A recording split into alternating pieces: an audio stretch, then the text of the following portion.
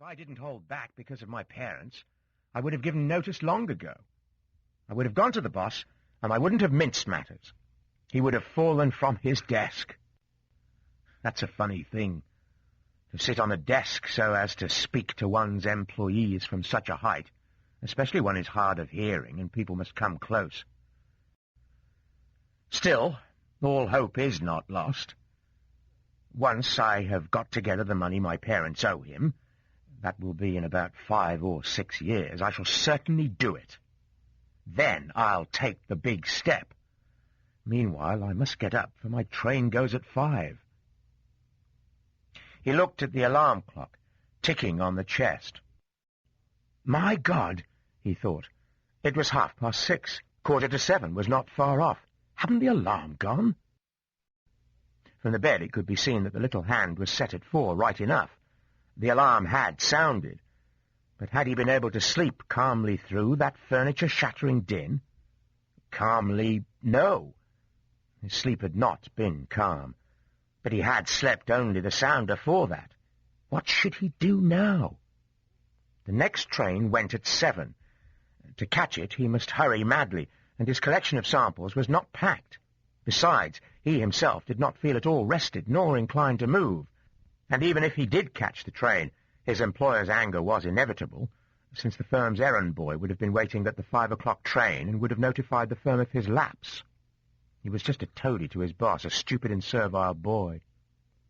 Supposing Gregor pretended to be ill? But that would be very tiresome and suspicious, too, for during the 4 years he had been with the firm, he had never had the slightest illness. The manager would come with the health insurance doctor. He would reproach his parents for their son's idleness, and would cut short any objections by giving the doctor's argument that no people are sick, only idle. And would he be so far wrong in such a case? Gregor felt in very good fettle, apart from his unnecessary need for more sleep after such a long night. He even had an unusually keen appetite. Just as he was quickly turning these thoughts over in his mind, without being able to decide to leave the bed, while the alarm clock struck 7:15, he heard a cautious knock on his door, close by his bed's head. "Gregor?" someone called. It was his mother. "It is 7:15. Didn't you want to catch the train?"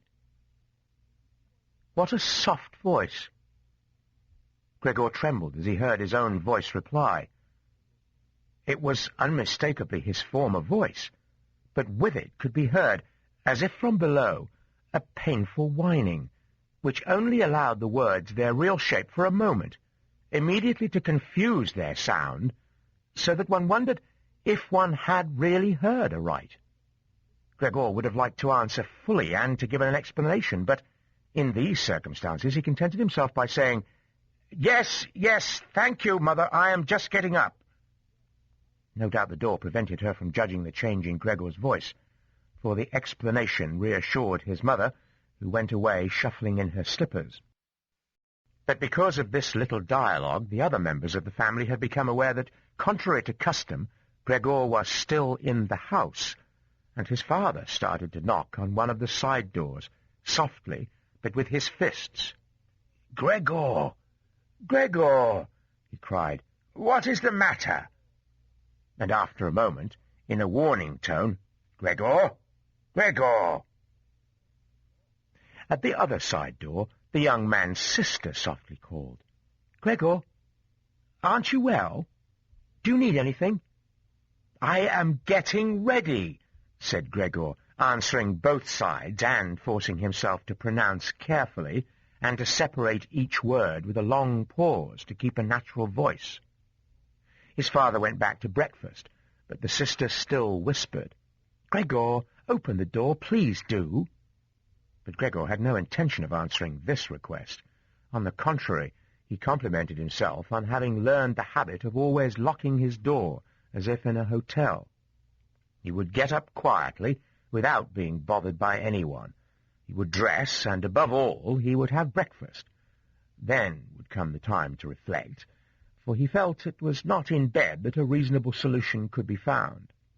He recalled how often an unusual position adopted in bed had resulted in slight pains which proved imaginary as soon as he arose, and Gregor was curious to see his present hallucination gradually dissolve. As for the change in his voice, his private opinion was that it was the prelude to some serious quinsy, the occupational malady of travellers. He had no difficulty in turning back the coverlet. He needed only to blow himself up a little, and it fell of its own accord. But beyond that, he was impeded by his tremendous girth. To get up, he needed arms and hands, but he had only numerous little legs in perpetual vibration, over which he had no control. Before he could bend one leg, he first had to stretch it out, and when at last he had performed the desired movement, all the other legs worked uncontrollably, in intensely painful agitation. "I must not stay uselessly in bed," said Gregor to himself. To get his body out of bed, he first tried moving the hind part, but unfortunately this hind part, which he had not yet seen, and of which he could form no very precise idea, went so slowly it proved to be very difficult to move. He summoned all his strength to throw himself forward, but, ill calculating his course, he hurled himself violently against one of the bedposts, and the searing pain he felt showed that the lower part of his body was without doubt the most sensitive. He then tried to start with the fore part of his body, and cautiously turned his head toward the side of the bed. In this he succeeded quite easily, and the rest of his body, despite its weight and size, followed the direction of his head. But when his head left the bed and was hanging in mid-air, he was afraid to continue any further. If he were to fall in this position, it would be a miracle if he did not crack his head, and this was no moment to lose his senses. Better to stay in bed. But when, panting after his efforts, he again found himself stretched out just as before, when he saw his little legs struggling more wildly than ever, despairing of finding any means of bringing peace and order into this chaotic procedure, he once again realized that he absolutely could not stay in bed, and that it was perfectly reasonable to sacrifice everything to the slightest chance of getting out. At the same time, he did not forget that cool and wise reflection would be far better than desperate resolutions. Ordinarily, at such moments, he turned his eyes to the window to gain encouragement and hope, but this day the fog prevented him from seeing the other side of the street. The window gave him neither confidence nor strength. 7 o'clock already, he said as he listened once more to the sound of the alarm clock.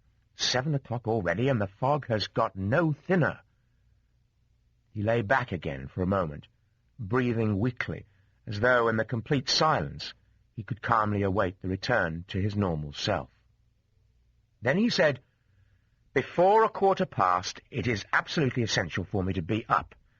In any case, someone will be sent from the office to ask for me before then, for the place opens at 7. And he began to rock on his back in order to get his whole body out of bed in one movement. In this manner, he would be able to protect his head by raising it sharply as he fell. His back seemed to be hard. Nothing would be risked by falling on it to the floor. His only fear was that the noise of his fall, which must surely resound through the whole house, might arouse terror, or at the very least uneasiness. However, that would have to be risked. When Gregor had half his body out of bed, the new method seemed more like a game than a task, for he had only to swing himself on his back, he began to think how easily he could have got up if only he had had a little assistance. 2 strong people, he thought of his father and the servant girl, would have been quite enough. They would have needed only to pass their arms under his round back, raise it from the bed, quickly lean forward with their burden, and then wait carefully till he had completed the operation of settling himself on the ground, where he hoped his feet would at last find a way of working together. But even if the doors had not been closed, would it have been wise for him to call for help? At this idea, despite his misery, he could not repress a smile. Now he had progressed so far that, by sharply accentuating his swinging movement, he felt he was nearly losing his balance. he would have to take a serious decision.